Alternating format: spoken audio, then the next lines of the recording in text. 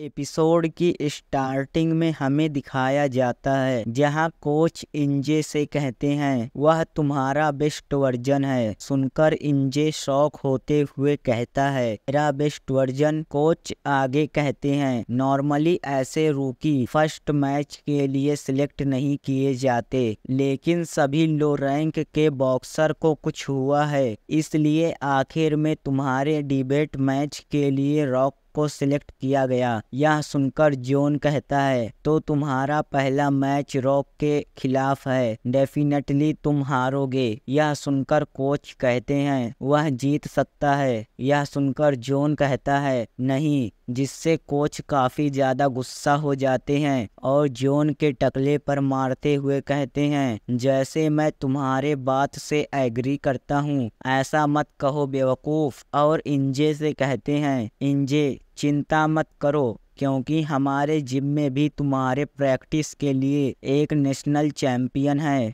यह सुनकर इंजे घबराते हुए कहता है नहीं। अगले सीन में हमें दिखाया जाता है जहां इंजे और जॉन आमने सामने खड़े होते हैं, जहां हमें जॉन के बारे में बताया जाता है जो एक सुपर मिडल वेट में नेशनल चैंपियन होता है। तभी कोच चिल्लाते हुए कहते हैं तो ठीक है, रॉक की तरह फाइट करो। यह सुनकर जॉन मुस्कुराते हुए कहता है मैं तुम्हारे साथ अपने फुल पावर से नहीं लड़ूंगा। लेकिन तभी भी इंजे काफी ज्यादा घबरा रहा होता है, क्योंकि वह पहली बार किसी नेशनल चैंपियन से लड़ रहा होता है। तभी बेल रिंग होता है। हमें कुछ समय पहले का सीन दिखाया जाता है जहां कोच इंजे से कहते हैं जब दो इन फाइटर के बीच फाइट होती है तो वह अपरकट या हुक का यूज करते हैं। इसका मतलब दूसरा फाइटर हार जाता है, इसलिए तुम अपने पैरों और कंधों को स्ट्रॉन्ग करो जिससे तुम्हें पंचेस को थ्रो करने में आसानी हो।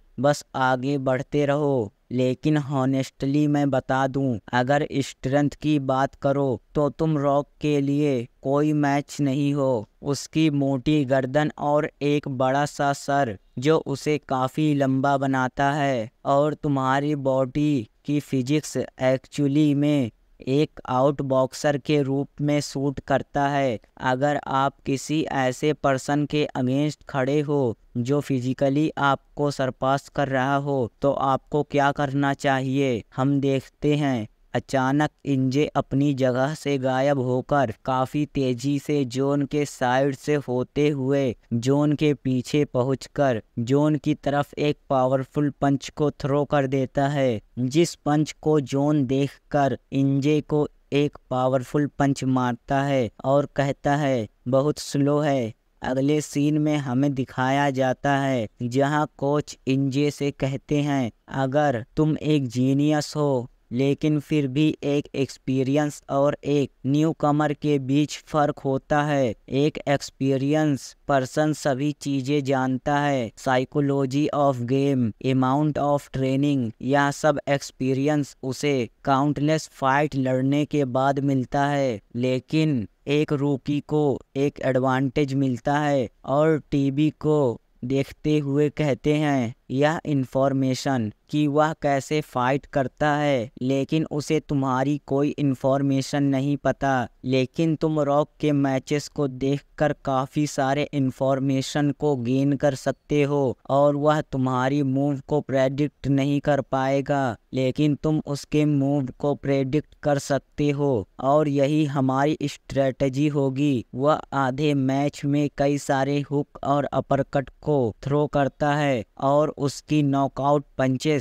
काफी ज्यादा स्ट्रेट होती है। वह अपने ओपोनेंट को नॉक करने के लिए उन्हें एक स्ट्रेट पंच मारता है, इसलिए तुम्हें अपनी स्पीड को और ज़्यादा तेज करना होगा। इससे कोई फ़र्क नहीं पड़ता कि वह कैसा फाइटर है, यहाँ तक कि वह भी एक लीवर शॉट को ब्लॉक नहीं कर सकता। हमें लीवर शॉट मूव के बारे में बताया जाता है। यह लेफ्ट हुक या अपरकट के साथ हिट किया जाता है जो काफ़ी ज़्यादा पेनफुल होता है। कोच इंजे से कहते हैं जब वह तुम्हें नॉक करने के लिए एक स्ट्रेट पंच मारेगा तो तुम इसी अपॉर्चुनिटी का फायदा उठाकर उसे लीवर शॉट मारोगे। यह सुनकर इंजे कहता है यस कोच, जहां कोच इंजे को ट्रेनिंग देते हुए कहते हैं कड़ी मेहनत करो और कम समय में तुम्हें अपने वेट को प्रोबेबली ट्रांसफर करना होगा। अपने पूरे पोटेंशियल को बाहर लाओ। सीन वापस से फाइट पर आता है जहां कोच इंजे से चिल्लाते हुए कहते हैं उसे झुककर डॉज करो। अगले सीन में हमें दिखाया जाता है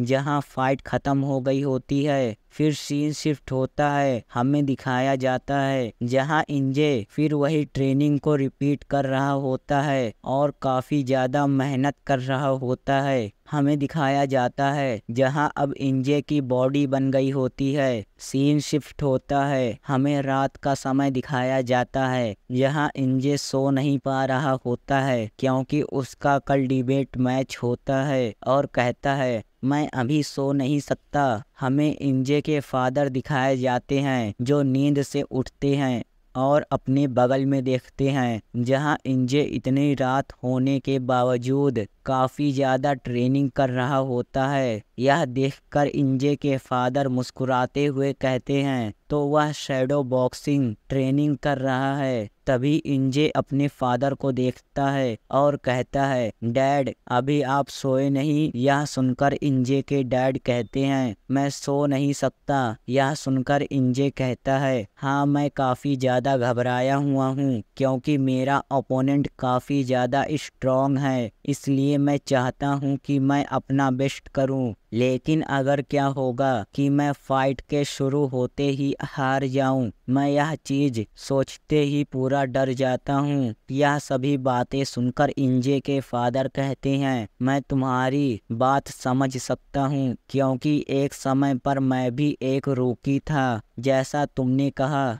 एक प्रोफेशनल के लिए हारना या जीतना मायने नहीं रखता और मैं भी एक बॉक्सर था, लेकिन जब मैं उस बॉक्सर को देखता था तो मैं उसके बाउट्स को फील कर सकता था। जीतना या हारने से ज़्यादा भी कुछ इम्पोर्टेंट होता है। और हाँ, अगर तुम इसे खुद ढूंढ लेते हो तो तुम कह सकते हो कि तुमने बॉक्सर की एक मीनिंगफुल लाइफ जी है। और वहां से जाते हुए कहते हैं गुड लक तुम्हारे कल के मैच के लिए। यह सुनकर इंजे खुश होकर कहता है थैंक यू डैड और मन में सोचते हुए कहता है कुछ ऐसा जो जीतने या हारने से ज़्यादा इम्पोर्टेंट है। लेकिन अभी के लिए मैं अपने ओपोनेंट पर फोकस करता हूँ। मैं इस मैच में हारूं या जीतूं, लेकिन मैं इस मैच में अपना सब कुछ लगा दूंगा। अगले सीन में हमें इंजे दिखाया जाता है जो काँप रहा होता है क्योंकि वह दिन मैच का होता है। तभी एक पर्सन आकर कहता है इंजे तुम्हारा नंबर जल्दी आने वाला है। तभी कोच इंजे से कहते हैं क्या तुम नर्वस हो।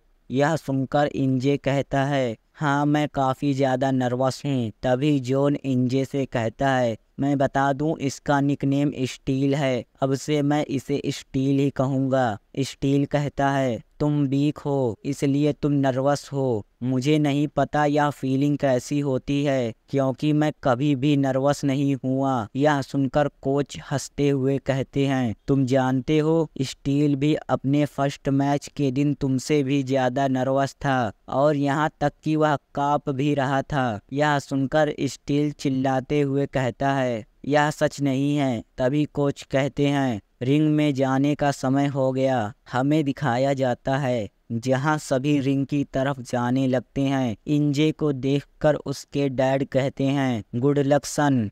हम देखते हैं जहां इंजे रिंग में जाते हुए कहता है फाइनली मैंने रिंग में इंटर कर लिया। तभी वह अपने सामने देखता है जहां ऑडियंस जो काउंटलेस नंबर में बैठे होते हैं जो उन्हीं को देख रहे होते हैं। इंजे अपने सामने खड़ा रॉक को देखता है जो काफ़ी बड़ा होता है। यह देखकर इंजे मन में सोचते हुए कहता है मुझे डरने की ज़रूरत नहीं है क्योंकि मैंने काफ़ी ज़्यादा प्रैक्टिस की है। तभी कोच इंजे से कहते हैं क्या तुम्हें हमारी स्ट्रेटजी याद है? यह सुनकर इंजे कहता है, यस सर, मुझे प्रिटेंड करना होगा कि मैं एक आउट बॉक्सर हूँ और अपने डिस्टेंस को बनाए रखना होगा और उसे सरपास करते ही इन फाइटिंग में स्विच हो जाऊंगा। यह सुनकर कोच कहते हैं, यह स्ट्रेटजी एक ही बार काम करेगी, इसके बाद तुम्हें सिर्फ अपने ट्रेन किए गए इन फाइटिंग पर डिपेंड रहना होगा।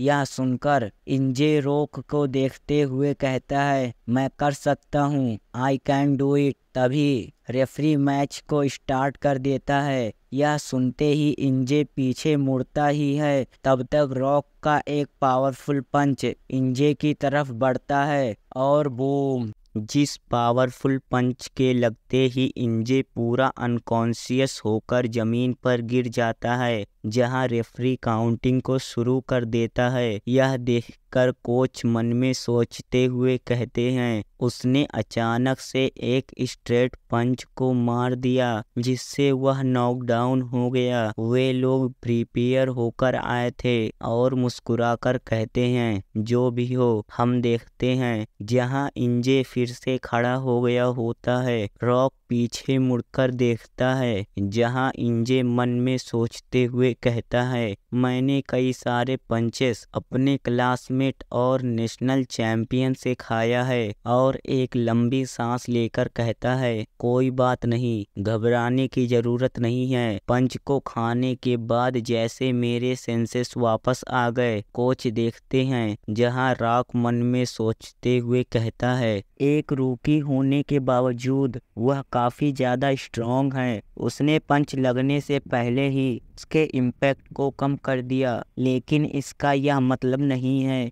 कि उसे कोई डैमेज नहीं हुआ। तभी रेफरी मैच को दोबारा स्टार्ट कर देता है, जहां रॉक इंजे को देखते हुए कहता है, इस बार मैं इसे फिनिश कर दूंगा और काफ़ी तेज़ी से इंजे की तरफ अटैक करने के लिए बढ़ता है और एक पावरफुल पंच इंजे के ऊपर थ्रो कर देता है।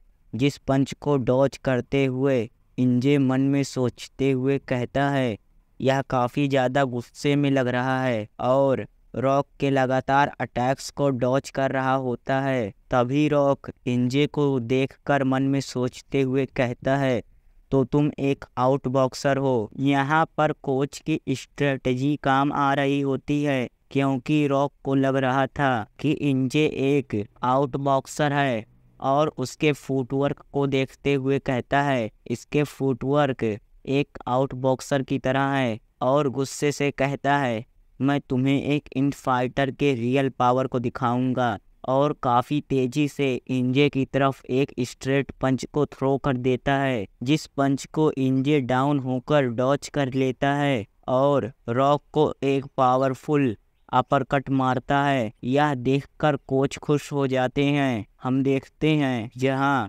रॉक घुटनों के बल आ गया होता है और ज़मीन पर गिरकर नॉकडाउन हो जाता है। हम इंजे को देखते हैं जो काफ़ी ज़्यादा हाफ रहा होता है और रेफरी काउंटिंग को भी शुरू कर देता है, जहां रॉक मन में सोचते हुए कहता है, उसके मूव्स, उसकी क्लीन शॉर्ट अपरकट एक आउट बॉक्सिंग स्किल से डिफरेंट थी और इंजे को देखकर कहता है, तो यह बच्चा एक इन फाइटर है। हम देखते हैं जहां कोच काफ़ी ज़्यादा खुश हो रहे होते हैं और रॉक खड़ा हो जाता है और कहता है, रियल फाइट अब शुरू होगी। जहां एक बार फिर रेफरी मैच को स्टार्ट कर देता है और वह दोनों एक दूसरे की तरफ अटैक करने के लिए आगे बढ़ते हैं, जहां इंजे अपनी फुल पावर से और रॉक अपनी फुल पावर से एक दूसरे को पंच मारते हैं।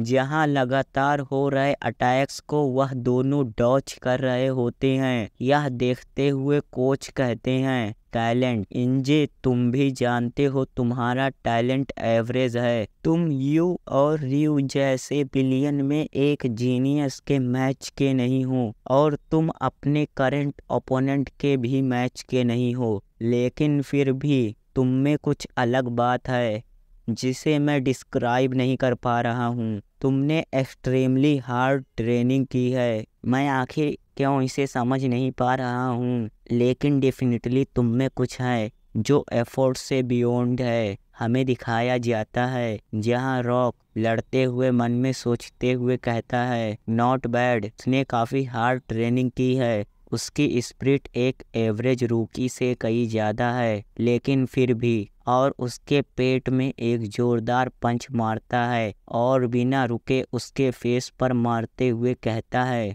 लेकिन फिर भी यह अभी भी वीक है। जहां इंजे उसके पंचेस को ब्लॉक करने के लिए अपने दोनों हाथों से अपने फेस को कवर कर लेता है और मन में सोचते हुए कहता है, मुझे लगा मैं स्टील के साथ प्रैक्टिस किया हूँ, इसलिए फाइटिंग में मुझे कुछ एडवांटेज मिलेगा, लेकिन यह काफ़ी ज़्यादा एग्रेसिव है। मुझे अपनी स्पीड का यूज करना होगा। और इंजे काफ़ी तेज़ी से रॉक के साइड से होते हुए रॉक को एक जोरदार पंच मारता है।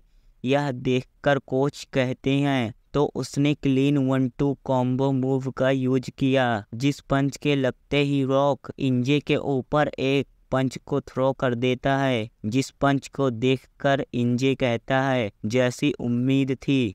इंजे स्टील से सीखे गए डॉजिंग मूव का यूज करते हुए रॉक के दोनों पंच को डॉज कर लेता है और रॉक के फेस पर एक जोरदार पंच मारता है। फाइट को देखते हुए स्टील कहता है, गुड जॉब, तुम सच में अच्छा कर रहे हो। यह फाइट को देखते हुए कोच कहते हैं, तो वह अपने स्पीड का यूज कर रहा है। जहां इंजे काफ़ी तेज़ी से बिना रुके रॉक को पंचेस पे पंचेस मार रहा होता है, जिसके काउंटर में रॉक भी इंजे की तरफ एक पंच को थ्रो करता है, जिस पंच को डॉज करते हुए इंजे मन में सोचते हुए कहता है, मैं इसे डॉज कर सकता हूँ। मैंने ऑलरेडी कई सारे स्ट्रॉन्ग पंचेस को खाया है। और रॉक को एक जोरदार पंच मारता है। रॉक इंजे की ऐसी पावर को देखकर कहता है, यह बच्चा काफ़ी ज़्यादा स्ट्रॉन्ग है। कोच मैच को देखकर खुश होते हुए कहते हैं, मुझे जितनी उम्मीद थी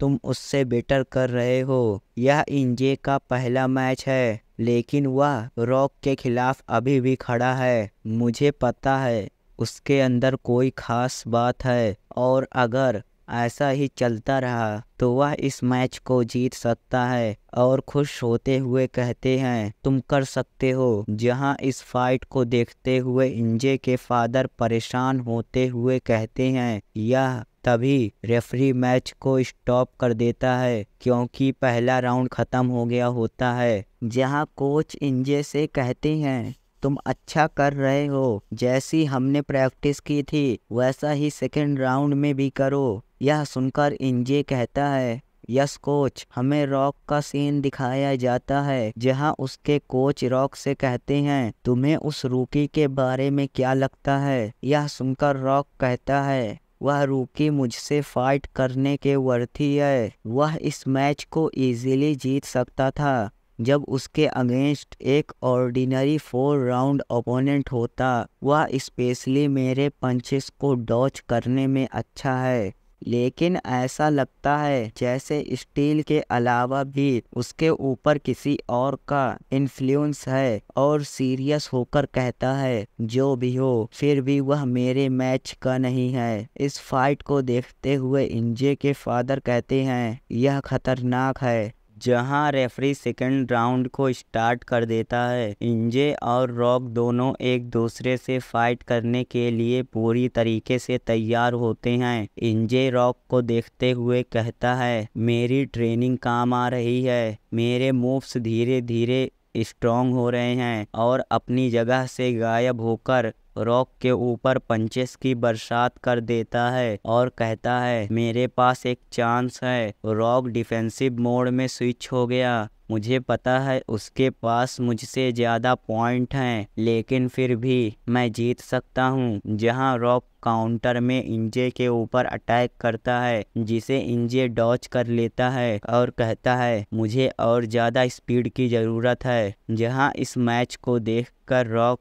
के कोच मुस्कुरा रहे होते हैं। इंजे के फादर परेशान होते हुए कहते हैं, यह खतरनाक है। टाइफून, तुम इसे फिगर आउट क्यों नहीं कर पा रहे हो? मैच को देखते हुए कोच खुश होते हुए कहते हैं, तुम अपने प्रैक्टिस मैचेस से भी अच्छा कर रहे हो। मुझे चिंता थी कि तुम अपने ओपोनेंट के सामने नहीं टिक पाओगे, लेकिन तुम इस गेम को डोमिनेट कर रहे हो और ऐसा ही चलता रहा तो तुम जीत सकते हो। तभी सेकंड राउंड खत्म हो जाता है और रेफरी मैच को स्टॉप कर देता है, जहां कोच इंजे से कहते हैं, तुमने सेकंड राउंड में भी काफ़ी अच्छा किया, लेकिन तुम्हें अभी ज़्यादा एक्साइटेड होने की ज़रूरत नहीं है। और खुश होते हुए कहते हैं, अब स्कोर में डिफरेंस कम हो गया है, इसलिए तुम ऐसे ही करते रहो। तभी वह हैरानी से इंजे को देखते हैं,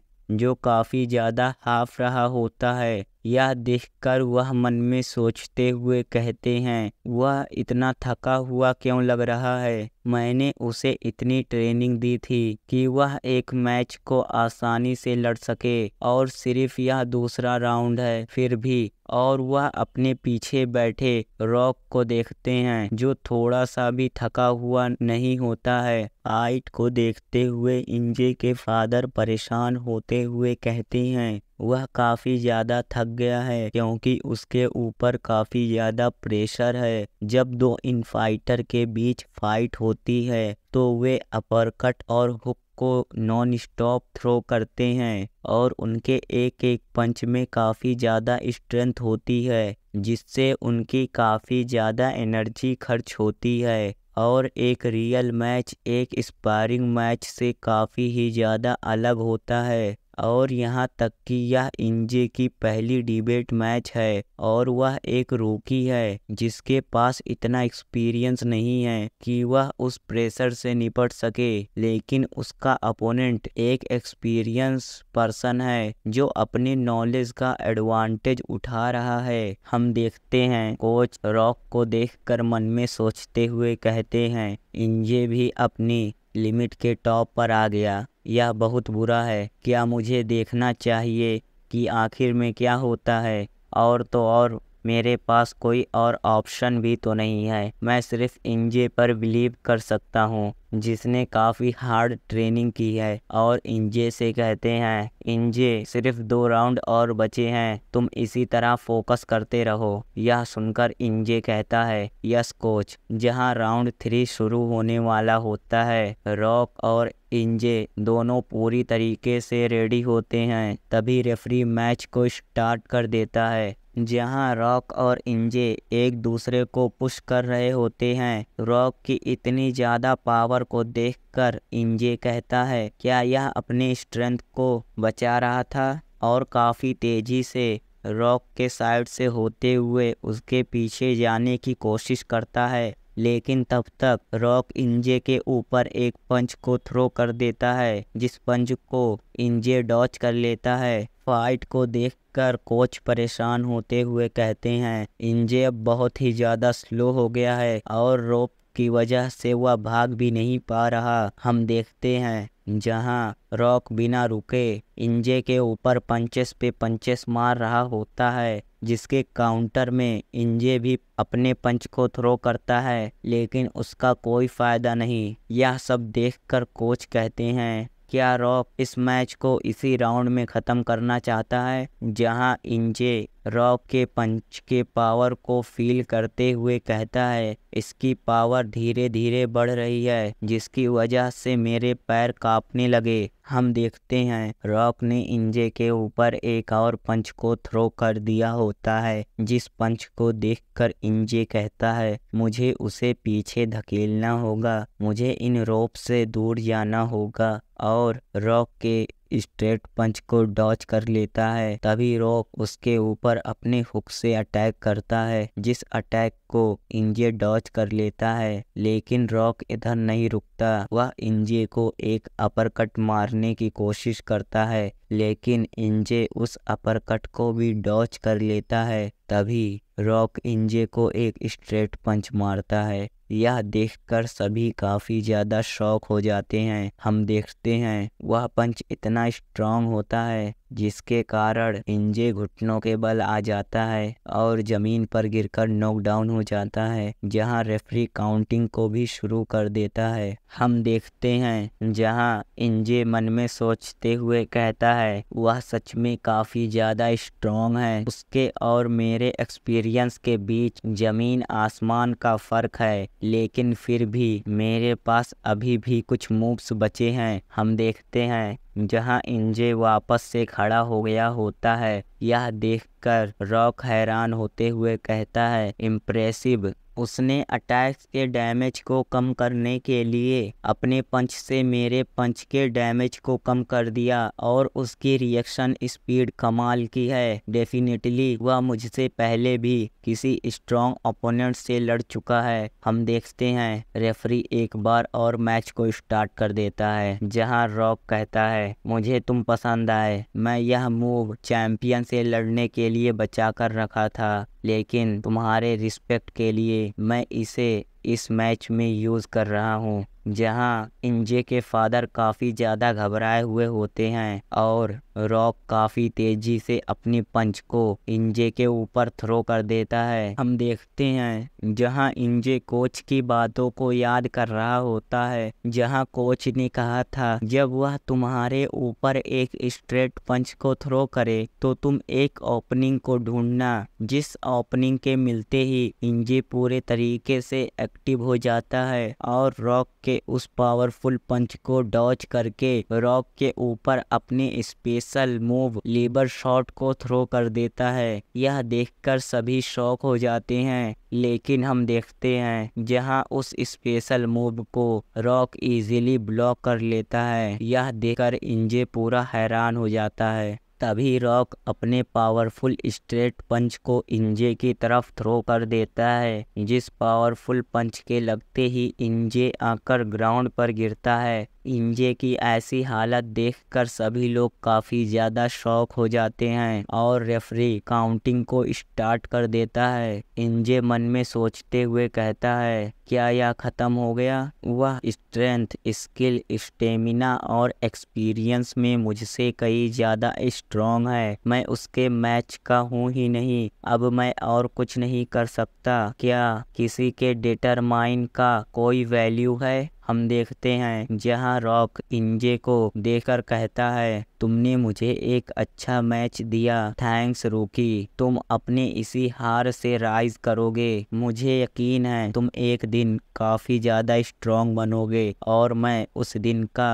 इंतज़ार करूँगा जब हम दोनों दोबारा मिलेंगे। इस दुनिया में विनर और लूज़र लोग सिर्फ उसी को रिस्पेक्ट देते हैं जो स्ट्रॉन्ग होता है या टॉप पर होता है, लेकिन क्या हम यह कह सकते हैं कि वे लोग सिर्फ उसी को सिलेक्ट करते हैं जिसकी एग्जिस्टेंस का कोई वैल्यू होता है? नहीं। तभी कोच अपने सामने का नज़ारा देखकर शॉक हो जाते हैं, जहां यह देखकर एनजे के फादर मुस्कुरा रहे होते हैं। रॉक अपने पीछे हैरानी से देखता है, जहां एनजे वापस से खड़ा हो गया होता है और कहता है, इससे कोई फर्क नहीं पड़ता कि मैं टैलेंटेड हूँ कि नहीं, या मैं हारूं या जीतूं, यह सब सिर्फ बकवास बातें हैं। यहाँ से सीन शिफ्ट होता है। हमें एक पर्सन दिखाया जाता है जिसके सामने एक जज बैठा होता है जो कहता है, आर्टिकल 258(2) के तहत आपको 6 साल की जेल की सज़ा सुनाई जाती है।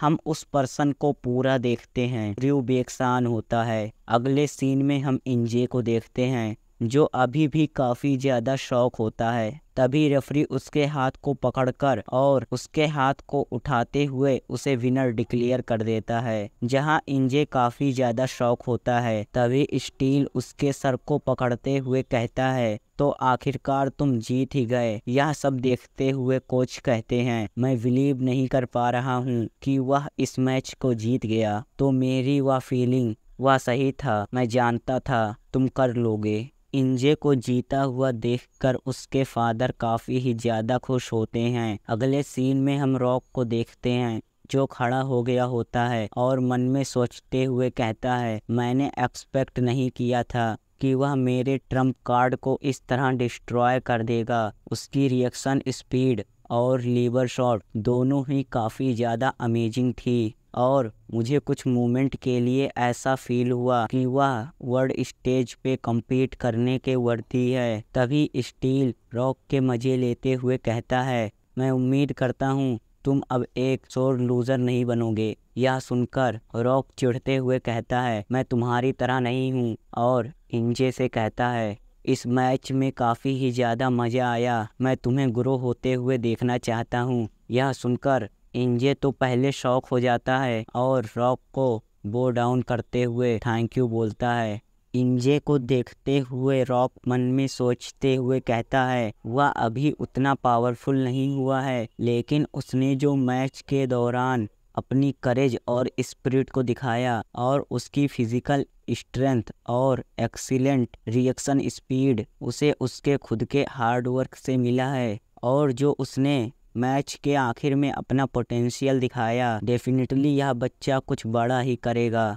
और इंजे को देखते हुए कहता है, लेकिन एक चीज़ है जिससे तुम्हें केयरफुल रहने की ज़रूरत है, चैम्पियन, जो बहुत ही ज़्यादा खतरनाक पर्सन है। अगले सीन में हम इंजे को बेड पे देखते हैं, जो मन में सोचते हुए कहता है, मैं यह भूल नहीं पा रहा हूँ कि मैंने उसे नॉकआउट कर दिया, लेकिन मैं सो भी तो नहीं पा रहा हूँ, और मैं उस फीलिंग को फील कर सकता हूँ जिस फीलिंग को मैंने रिंग में महसूस किया था, और मैं यह भी महसूस कर सकता हूँ कि रॉक मेरे सामने खड़ा है और मुझे अपने पंचेस को थ्रो करना है। और अपने आप को टच करते हुए कहता है, तो यह सच में रियल है, मैं एक प्रोफेशनल बॉक्सर बन गया। और अपने उन सभी कड़ी ट्रेनिंग और मैचेस को याद करता है और कहता है, मैं सच में जीत गया, मैंने रॉक को हरा दिया। और काफ़ी ही ज़्यादा खुश होते हुए कहता है, मैं बिलीव नहीं कर पा रहा हूँ, मैं सच में जीत गया, और पहली बार मैं ऐसे खुशी को महसूस कर रहा हूँ। लेकिन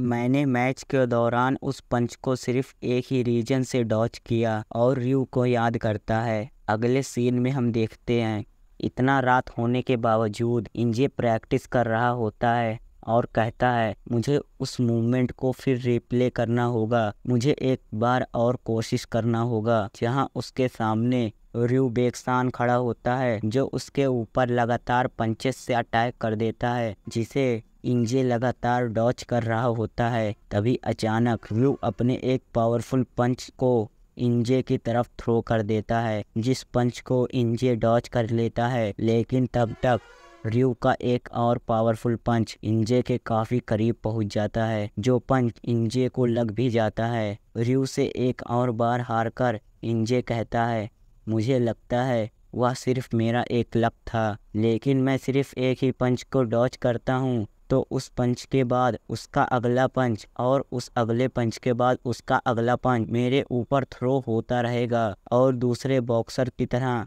मैं उसके मूव और टाइमिंग को रीड नहीं कर पा रहा हूँ। मैंने बॉक्सिंग के बारे में काफ़ी ही ज़्यादा चीज़ सुनी थी, लेकिन मैंने आज रिंग में इन सबको एक्सपीरियंस कर लिया। और बॉक्सिंग की पोज में आते हुए कहता है, ऑल राइट, एक बार और, जहां वह रयू के साथ शैडो बॉक्सिंग ट्रेनिंग करता रहता है, और ट्रेनिंग ख़त्म होने के बाद हांफते हुए कहता है, आज मेरा पहला मैच था, उसके बाद भी मैंने काफ़ी ही ज़्यादा ट्रेनिंग कर ली, मैं बहुत ही ज़्यादा थक गया हूँ, मुझे आराम करना होगा। तभी वह रुक जाता है और कहता है, जाने से पहले मुझे एक बार ट्राई करना चाहिए। और पीछे मुड़ते हुए कहता है, क्योंकि मैं एक प्रोफेशनल बॉक्सर बन गया हूँ। जहाँ उसके सामने यू खड़ा होता है, जहाँ वह यू से फाइट करने के लिए बॉक्सिंग पोजीशन में आ जाता है, और उसके मूव करने से पहले यू उससे एक जोरदार पंच मारता है, जहाँ वह यू से कुछ ही सेकंडों में हार गया होता है,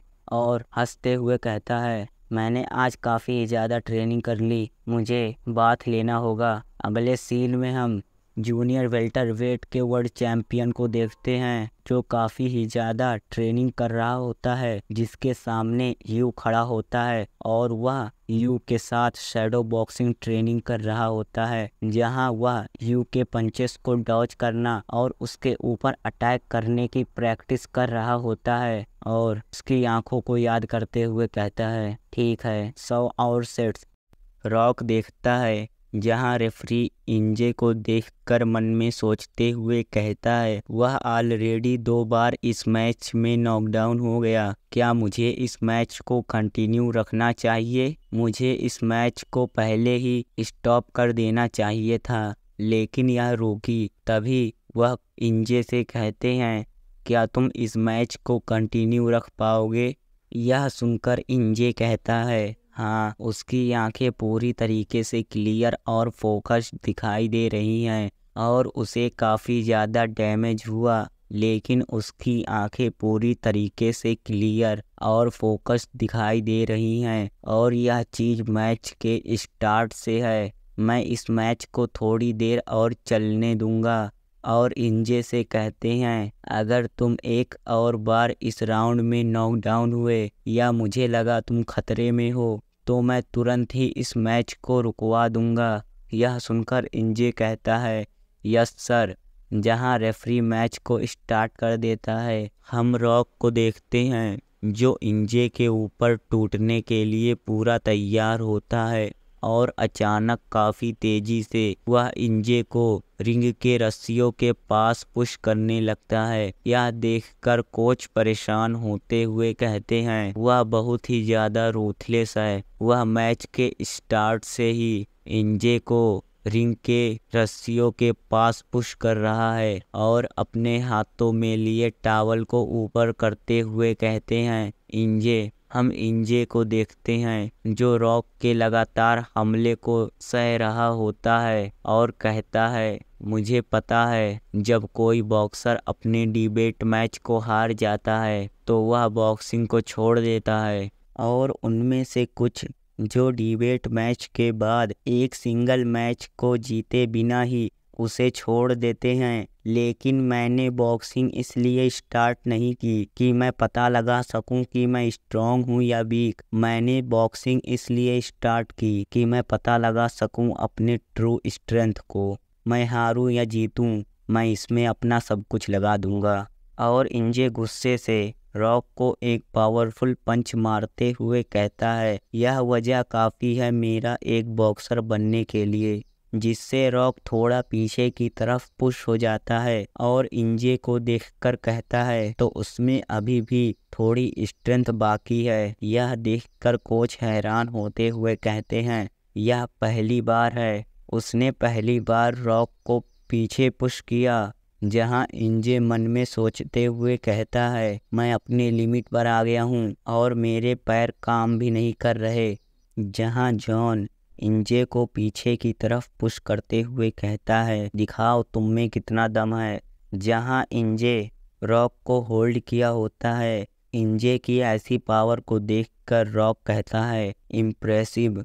मैंने आज तक ऐसे रूकी से फाइट नहीं किया। यह देखकर इंजे के फादर खुश होते हुए कहते हैं, गुड लक। जहां वह दोनों एक दूसरे के लगातार पंचेस को डॉज कर रहे होते हैं। फाइट को देखते हुए कोच कहते हैं, इंजे, मैं तुम्हें हॉनेस्टली बता दूं, रेयरली ऐसे फाइटर डिबेट मैच के लिए चूज किए जाते हैं और एक्चुअली में मैं इस मैच को रिजेक्ट कर सकता था, लेकिन मैंने तुम में एक उम्मीद देखी और मैंने डिसीजन लिया कि मैं इस मैच को एक्सेप्ट करूंगा। इसलिए तुम मुझे दिखाओ कि मैंने इस मैच को एक्सेप्ट क्यों किया।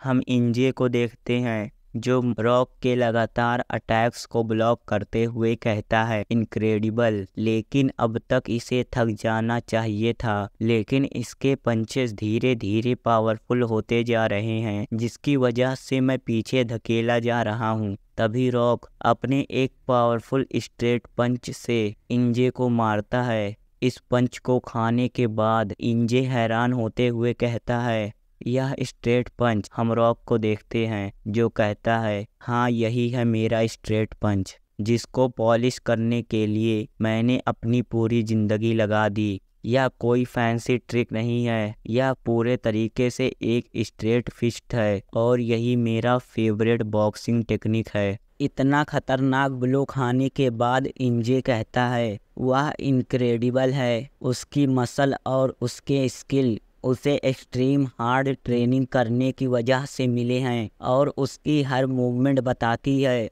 कि उसने उस स्किल को मास्टर करने के लिए कितनी मेहनत की। वह उस लाइफ को लीड कर रहा है जिस लाइफ को मैं लीड करना चाहता हूँ। यह पहली बार रिंग में दो लोगों की मीटिंग है और वह एक दूसरे से अपनी अपनी स्टोरी को शेयर करते हैं। यह इस बारे में है कि कौन अपनी ज़िंदगी को किस तरह लीड करता है। यह मायने नहीं रखता आप जीतते हैं या हारते हैं, यह एक नतीजा है जो आपको बताया जाता है।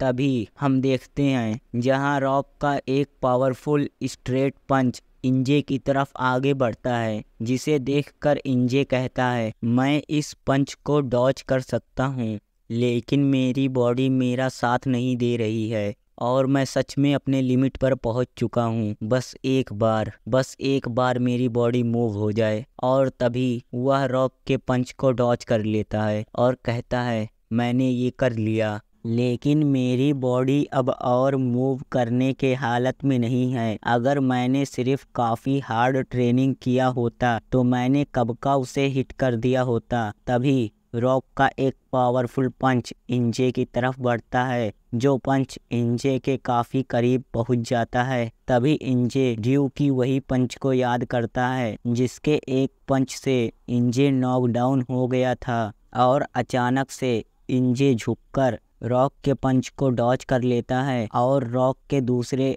अटैक को भी डॉज कर लेता है। यह देखकर सभी लोग काफ़ी ज़्यादा शॉक हो जाते हैं। तभी इंजे अपनी फुल पावर से रॉक को एक लीवर शॉट मारता है जो काफ़ी ज़्यादा पावरफुल होता है और बिना रुके रॉक के फेस पर एक ज़ोरदार पंच मारता है और इस पंच के लगने के बाद रॉक रिंग में गिरकर नॉकडाउन हो जाता है। यह देखकर रेफरी रॉक को नॉकडाउन अनाउंस कर देता है। हम इंजे को देखते हैं जो काफ़ी ज़्यादा इंजर्ड होता है और हाफ रहा होता है। यहाँ से सीन शिफ्ट होता है, हमें रिपोर्टर दिखाया जाता है जो यू और जीन के फाइट को देखते हुए कहता है, लाइट वेट टाइटल मैच का एंड काफ़ी ज़्यादा शॉकिंग था, क्योंकि light weight champion Jean Pierre ने खुद ही अपने बेल्ट को यू को दे दिया और के ने अपने नेक्स्ट ओपोनेंट को चैलेंज दे दिया जैसी उम्मीद थी। हमें दिखाया जाता है जहाँ कोच के कहते हैं, कल जो टाइटल मैच हुआ था, जिसके एंड में जो हुआ था उसकी वजह से मैं खुश नहीं हूँ, लेकिन मैं इसलिए खुश हूँ क्योंकि वह मैच खेला गया था। मुझे उम्मीद है कि आप सबको एक्सपेक्ट था, लेकिन हमारा नेक्स्ट गोल जूनियर वेल्टरवेट टाइटल है। यह सुनकर रिपोर्टर कहता है, मैं जानता था। जहां कोच के आगे कहते हैं, मैं चाहे तो चैंपियन को सीधे सीधे चैलेंज कर सकता हूं, लेकिन मुझे सबसे पहले यू को प्रूव करना होगा कि वह जूनियर वेल्टरवेट टाइटल के क्वालिफाइड है। इसलिए हमारा नेक्स्ट टारगेट जूनियर वेल्टरवेट के रैंकिंग में फर्स्ट प्लेस का बॉक्सर जिसका नाम वॉन हेनबर्ग है, उसको क्रश करने के बाद हम चैंपियन की तरफ आगे बढ़ेंगे। यूतो ताकेदा, वह बेल्ट जब तक तुम्हारे पास है तब तक तुम इंजॉय कर लो, क्योंकि वह ज़्यादा समय तक तुम्हारे पास नहीं रहने वाला है, इसलिए तब तक तुम उस बेल्ट का अच्छे से ध्यान रखना। मैं इस मैच के लिए काफ़ी ज़्यादा एक्साइटेड हूँ। कॉन्फ्रेंस के तुरंत बाद ही एसोसिएशन ने यू और एलियोट के मैच को अप्रूव कर दिया, और तो और उनके पास ऐसा कोई रीज़न नहीं था जिससे वह इस मैच को रिजेक्ट कर सकें। हमें जूनियर वेल्टरवेट डिवीज़न के फर्स्ट रैंकिंग का पर्सन दिखाया जाता है जिसका नाम एलियोट वॉन हेनबर्ग होता है, जो अपने पीछे मुड़कर यू को देखते हुए कहता है, तो यह यू है। हमें यू दिखाया जाता है जो लाइट वेट डिवीज़न का वर्ल्ड चैंपियन होता है,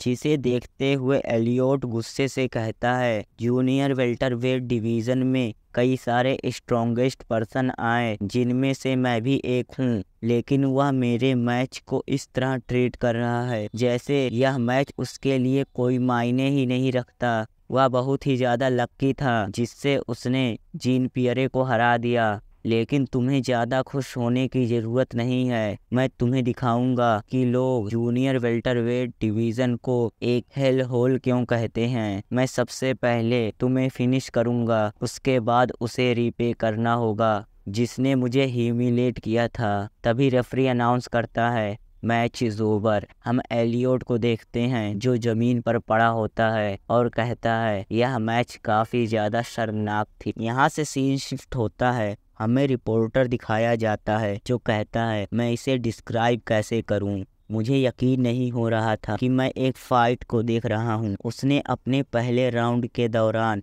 एक भी पंच को थ्रो नहीं किया और सिर्फ वह उन पंचेस को डॉच कर रहा था।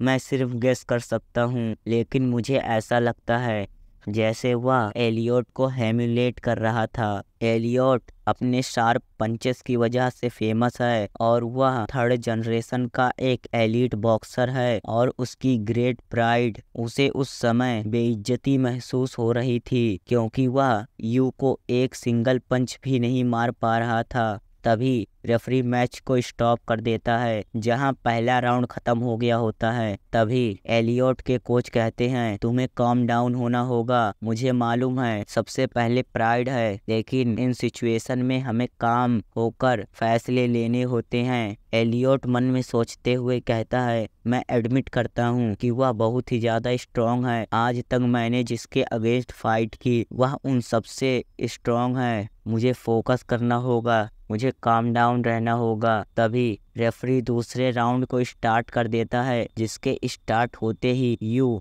एलियोट को एक जोरदार पंच मारता है जिससे एलियोट नॉकडाउन हो जाता है और मैच ओवर हो जाता है। इस मैच को खत्म होने में 2 राउंड 11 सेकंड का समय लगा और एलियोट को नॉकडाउन करने के लिए सिर्फ एक पंच काफी था। यह match light weight title match जो जीन पियरे के अगेंस्ट हुआ था उसी के एग्जैक्ट टाइम पे खत्म हुआ।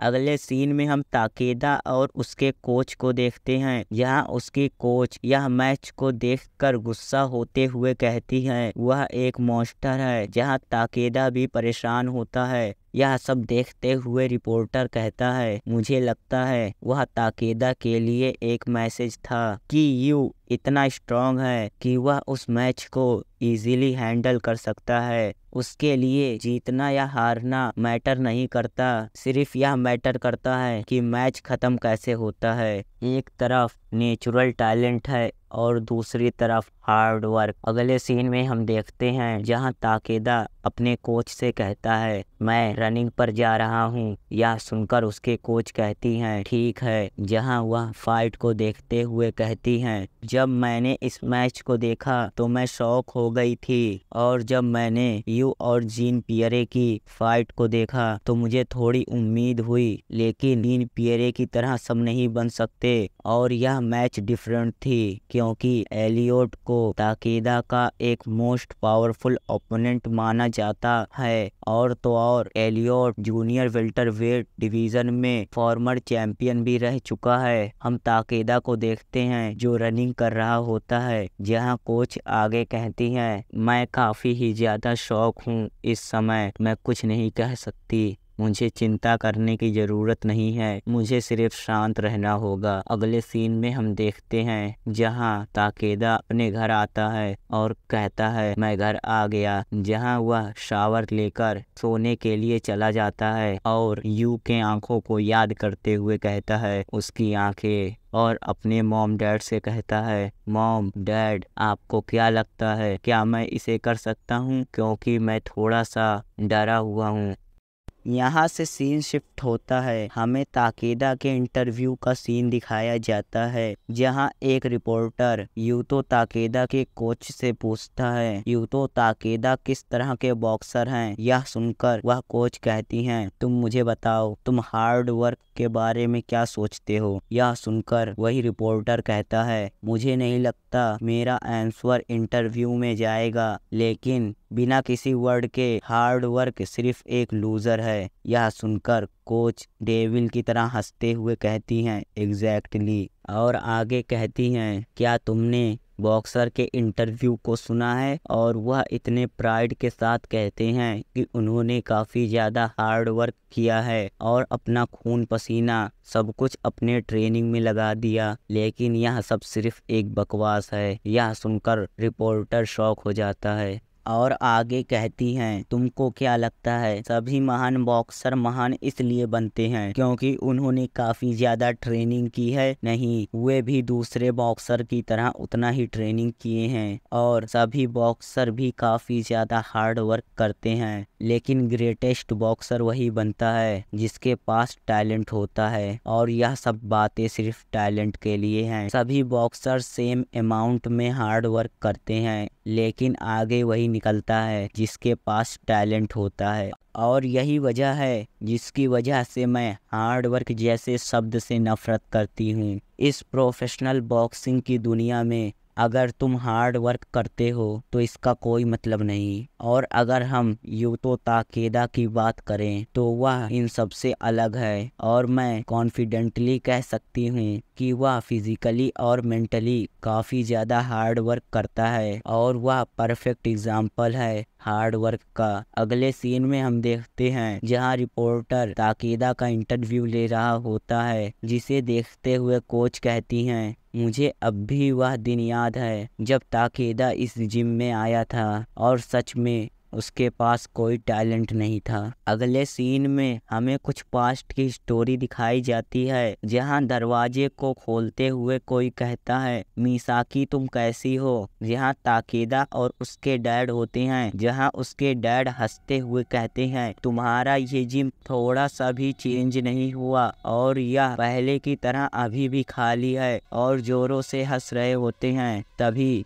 कोच मिसाकी ताकेदा को देखकर कहती हैं, तुम काफी ही ज्यादा बड़े हो गए हो। ताकेदा बो डाउन करते हुए कोच से कहता है, हेलो ओल्ड लेडी। जहां यह सुनकर कोच मिसाकी कहती हैं, मैं कोई ओल्ड लेडी नहीं हूँ। जहां यह सब देखकर ताकेदा के फादर जोरों से हंसते हुए कहते हैं, तुम थोड़ी सी भी नहीं बदली, तुम अभी भी मुझे पहले की तरह इग्नोर कर रही हो। तभी कोच मिसाकी ताकेदा के डैड से पूछती है, तुम यहाँ क्या कर रहे हो? यह सुनकर ताकेदा के डैड कहते हैं, ताकेदा अब 8 साल का हो गया है और मुझे लगता है उसे कुछ मार्शल आर्ट सीखनी चाहिए जिससे वह खुद को प्रोटेक्ट रख सके। यह सुनकर ताकेदा खुश होते हुए कहता है, नहीं, मैं आपकी तरह दूसरों को प्रोटेक्ट करना चाहता हूँ। यह सुनकर उसके डैड हंसते हुए कहते हैं, अगर तुम दूसरों को प्रोटेक्ट करना चाहते हो तो तुम्हें मुझसे भी ज़्यादा स्ट्रांग बनना होगा। यह सब सुनकर कोच मिसाकी कहती हैं, तुम्हें नहीं लगता